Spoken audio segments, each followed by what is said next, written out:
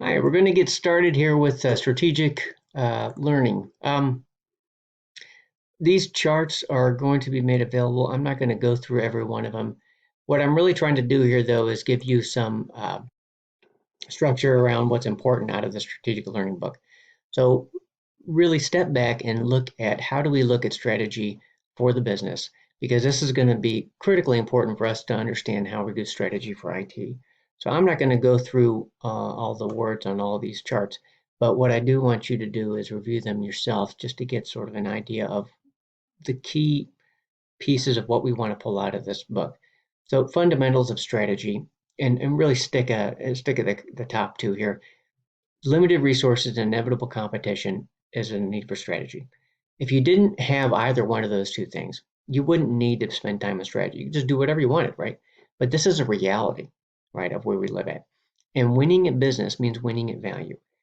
Those are things we're going to keep coming back to. Remember, your customer doesn't want your product.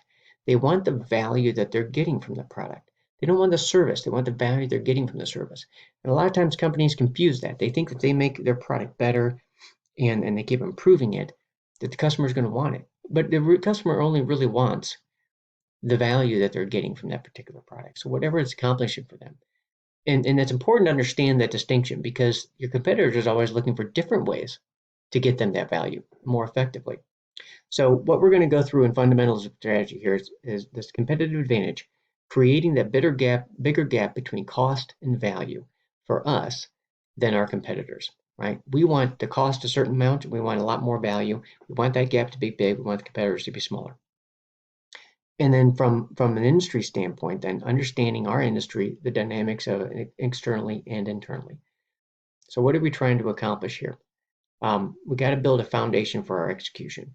And to begin that, we've got to understand the strategy and have tight alignment between the business and what IT is doing. The only reason I put this up is to say, look, you got to have a plan. Okay, you can't just keep responding. And so our role in IT as IT leaders is going to be to help develop that plan that'll give us that competitive advantage, right? If we don't have a plan, we're just going to fumble about and we're not going to get anywhere or be providing a lot of value for the company. So this is the book we're going to go after. What strategic learning really gets after is the fact that good strategy is a process. The market is constantly changing and we need to be adjusting for that. So think of strategy as learning, not as strategy as planning, okay? Because planning, by the time we actually start to execute on it, our environment's changing around us, right? We've got to constantly be learning, constantly listening. Businesses fail because the assumptions on which they are built change underneath them. They no longer apply. Okay. And that's what we've got to keep in mind is that we've got to constantly be looking around and understanding what we should be doing to respond to the environment and the customers and maintain that value proposition. Natural site selection is going to be key to that winning. Okay. And that's these three main areas. Variation, which is essentially innovation. Are you encouraging creative thinking, challenging your assumptions, doing experimentation, those things that really tie changes to our environment, changes to what our ideas are to really find those opportunities. And then selecting from those, which of those that we're seeing are the things that we want to go invest in. And then retention. How do we get the company then to align to that? Okay. So how do you do all this? You got to have a yearly strategy process. It's not a redefinition of mission and values and all those kinds of things that make your company what they are. What it is an analysis of changing environment and your strategy's identification of gaps. And all this happens in this iteration, right? You've got a cycle that happens: learn, focus, align, execute. We'll go through each of those phases. But remember, this is a process of learning. It's really not different from an OODA loop or observe, orient, decide, act. It's how we process mentally think through any kind of change, right? You observe, you look at what's going on, you focus in on the things that are important, you align the organization, and then you go execute on it.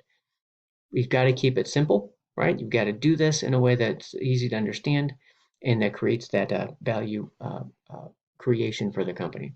So the four phases, there's some more details in each one of these, and we'll go through each one of them.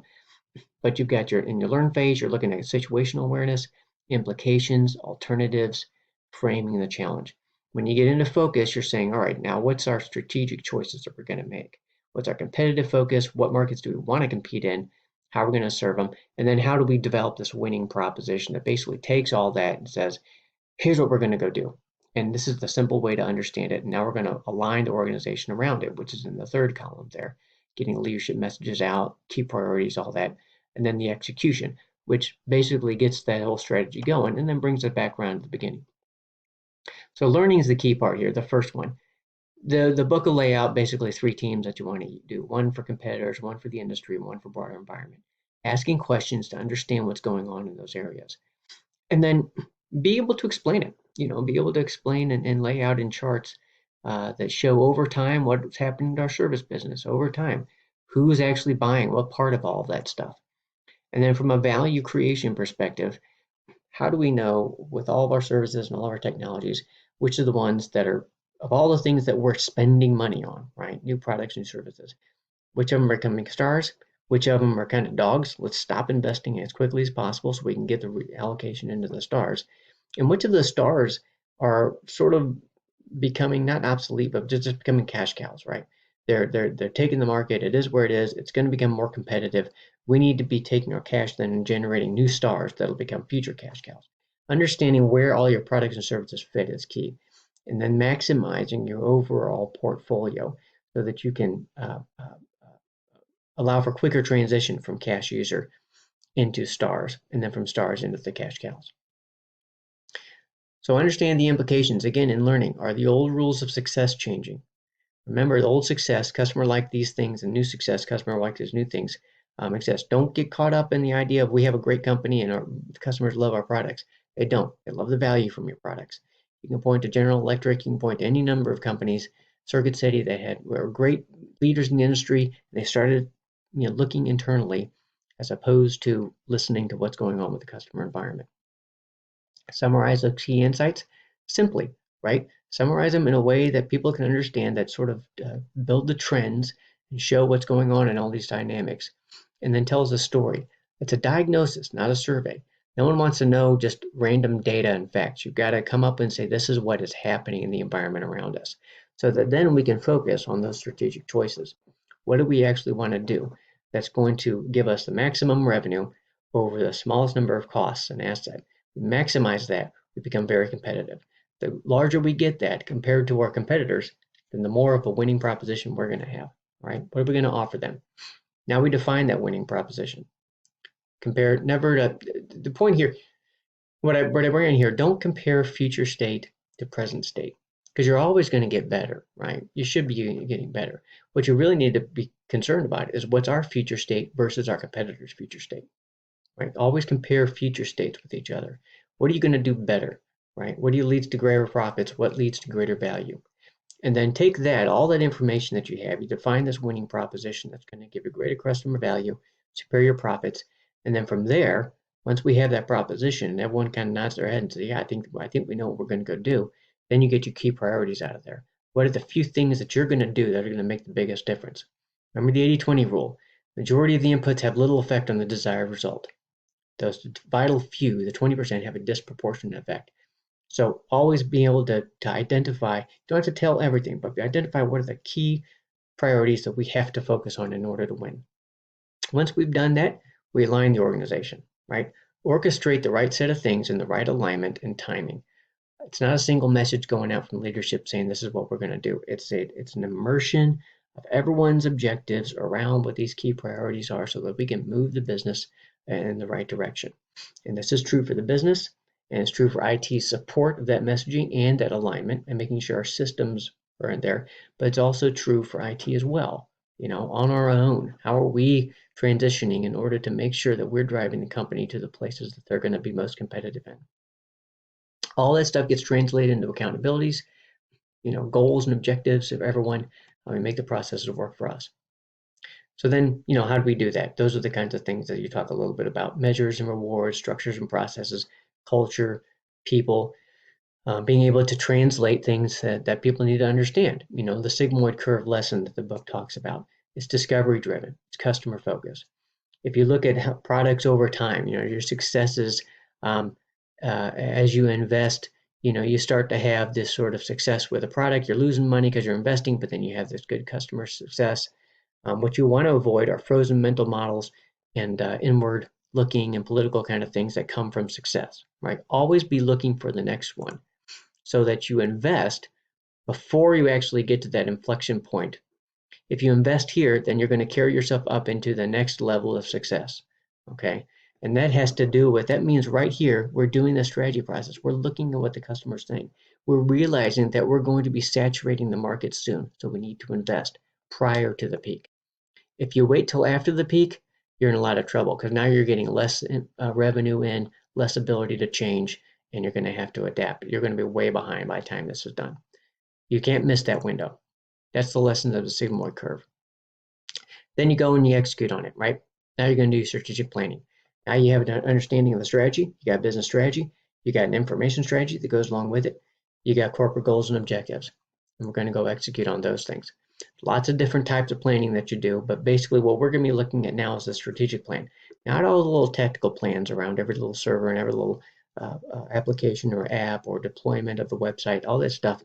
This is not what we're looking at. We're looking at strategically. How do we win the war? Execute the customer involvement, determine the technology budget, lead to successful businesses.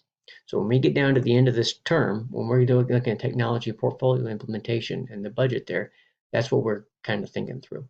Got to overcome the resistance. Your book goes into a little a bit on how to actually get some of these short-term wins. Lead with an example, all those kinds of things that are important. And then determine what you need in terms of talent. Do we have the right people to actually execute on all this stuff? Do we have to reach across the enterprise? Are we setting expectations correctly? Do we have the right operating rhythm? All those kinds of things. The leadership message then is key, right? We talked about making it simple. Think of strategy as a leadership story. It's why, it's what, how much are we going to have to do? Do we answer each individual in the company's need? Do we translate it down to say, all right, here's the key priorities that we have to go follow, and here's where you fit in that, right? So everyone can come on board and understand, and then execute on it, the final phase. Implement, experiment if we need to still figure some things out, but overall start moving in this direction and make sure we're getting action plans to overcome those resistance areas and drive from momentum through the business. Those business value drivers are going to be these three areas: enhancing the value of the product, service to the customer, creating value for the company. There are operational factors about cash flow, cost of materials, those kinds of things you got to track. The financial factors, which really looking at how do we minimize the overall capital return to the business, debt level, those kinds of medium-term things. And then our sustainability. How do we enable the business to basically continue optimally funding wrong time? Regulations, industry standards. All three of those things have to be balanced, right? So you can create value for the company. You've got to understand day to day, how are we executing? What are we looking at in terms of our overall position, and then sustainability? Do we have the kind of people, the kind of organization, the kind of culture that will keep us optimizing for a long time? Scorecards can be useful for that. We'll talk a little bit about later, so I'm not going to spend a lot of time on that here. But that's basically what we were trying to do with scorecards, is look at that and say, do we have the right things in place? And where do we fall short and we need to change? That's it for strategic learning. We've got a couple other things I want to talk about this term, but we'll end it there.